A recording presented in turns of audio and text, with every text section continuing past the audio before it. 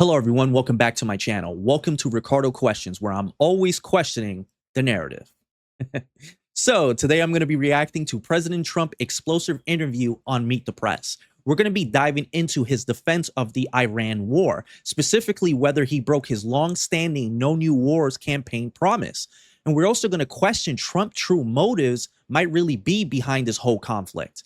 And then we're going to look at the dramatic ending where he calls the California election rigged and storms off the set.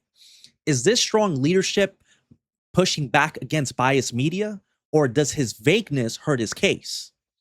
There's a lot to unpack here, from foreign policy, election integrity, media bias, so much, so much.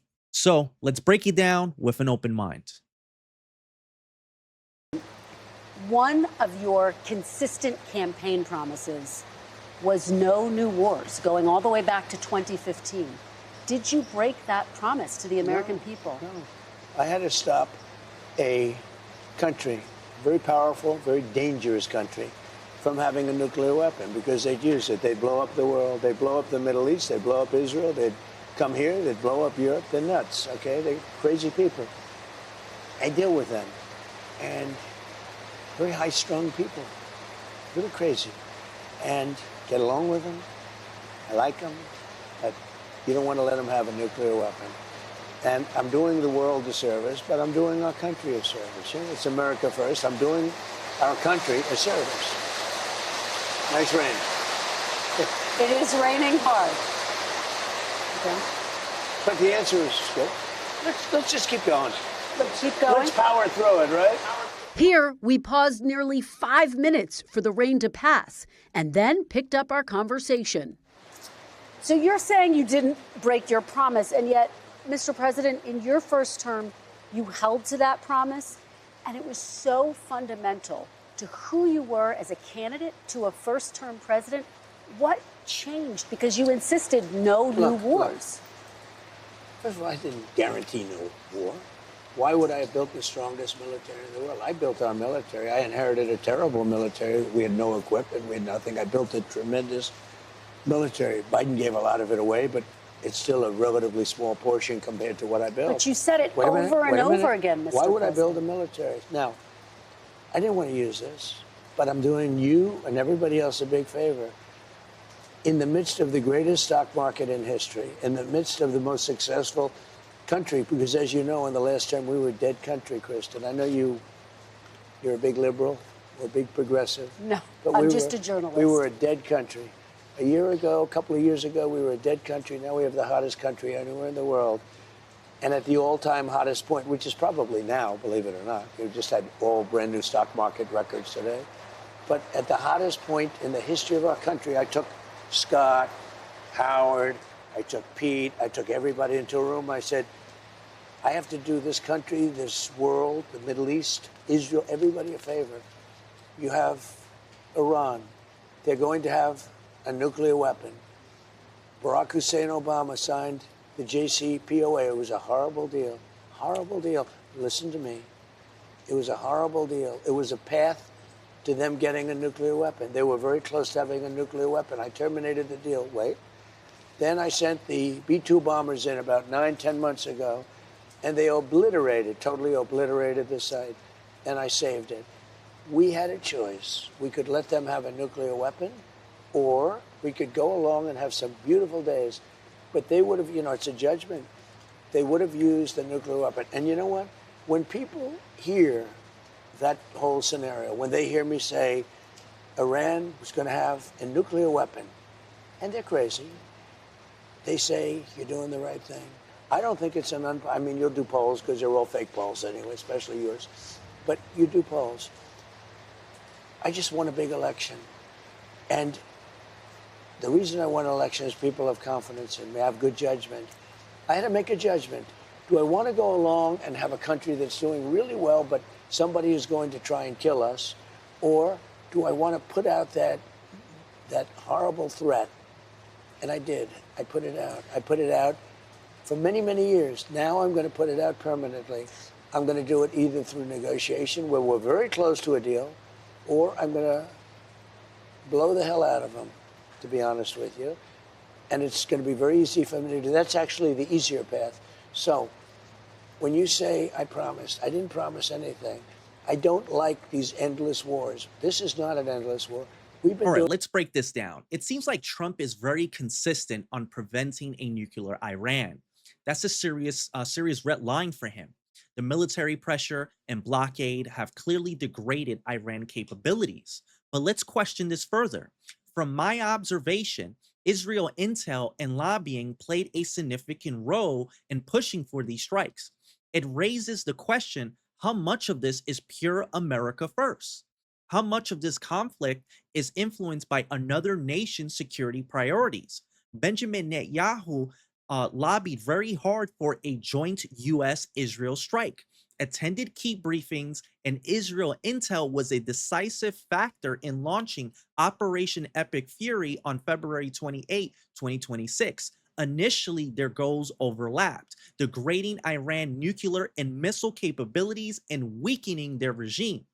But the clear differences have since emerged. Trump is pushing real quick to reopen a deal to bring down oil prices and to score a political win. Meanwhile, Israel has pushed for more aggressive military actions, including recent strikes on Iran, which risk dragging out the conflict and derailing negotiations. And I do want to show a quick clip from Tulsi Gabbard expanding a little further on this topic. The IC continues to assess that Iran is not building a nuclear weapon, and Supreme Leader Khamenei has not authorized the nuclear weapons program that he suspended in 2003. The intelligence community assessed that Iran maintained the intention to rebuild and to continue to grow their nuclear enrichment capability. Was it the assessment of the intelligence community that there was a, quote, imminent nuclear threat posed by the Iranian regime, yes or no? Senator, the only person who can determine what is and is not an imminent threat is the president. All right. So that's Tulsi Gabbard, who was the director of national intelligence, and she was giving a testimony where her tone of the Iran nuclear threat appears to have shifted from 2025 and 2026. This kind of change in assessment is worth questioning.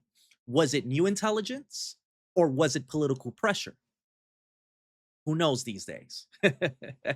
So even with that, this new military conflict has real cost.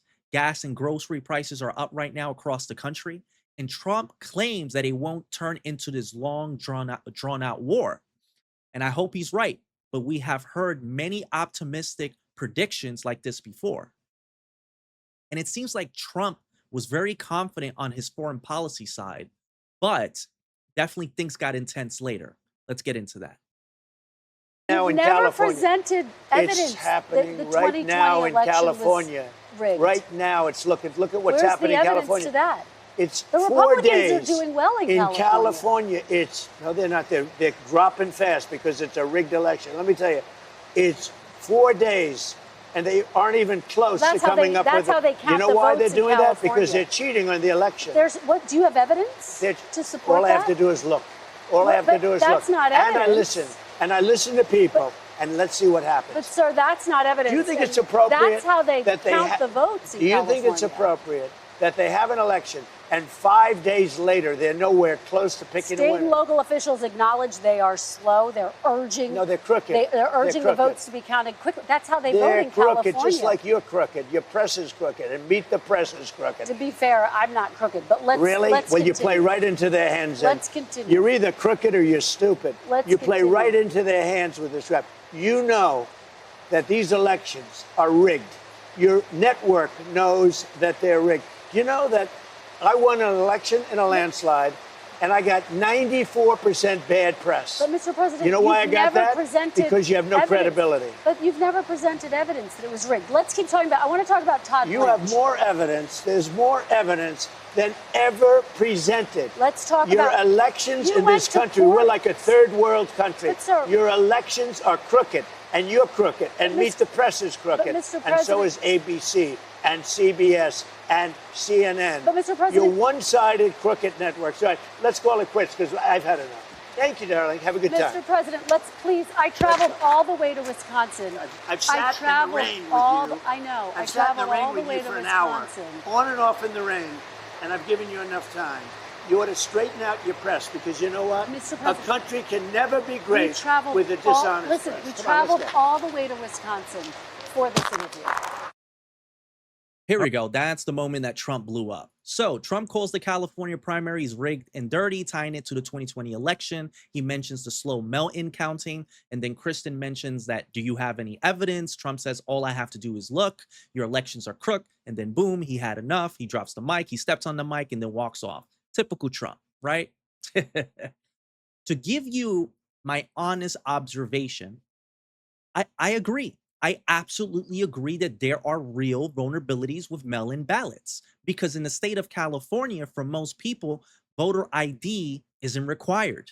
You also have chain of custody issues, harvesting, signature verification that is incredibly subjective, duplicate ballots, outdated rolls, and then on top of that, you have social media clips of multiple voting attempts. But here's the question that I always ask. Trump needed to land stronger counterpoints. Saying all I have to do is look doesn't cut it. It just doesn't cut it, especially with a journalist that's pushing for specifics. Even if you believe that the system cheating happens, incentive exists for both parties, and vague claims make it easier for critics to dismiss. Okay, so you need to be specific, push for reforms like voter ID, same day counting, better road maintenance, and cybersecurity audits on databases. That's how you build a case. That's how you build a case. Storming off might fire up the MAGA base, but it just doesn't persuade the independents or other people from the opposition. It just makes you look frustrated. It doesn't make you look in command. You don't look like the commander in chief. It doesn't look like you're leading by example. And I do see the election technology and voting process as a critical infrastructure that protects our democracy. We do need to secure it better, regardless of political party. Overall, Trump came in strong with Iran with a winning frame, supposedly, but got derailed on the elections by lacking any evidence. The media definitely has bias for sure. I think everybody is aware of that by now. But clear facts and solutions win arguments. Let me repeat myself. Clear facts and solution win arguments. Period. Anyway, that's the end of the video. I'm ranting here. Thank you for watching. Stay questioning and take care and good luck out there.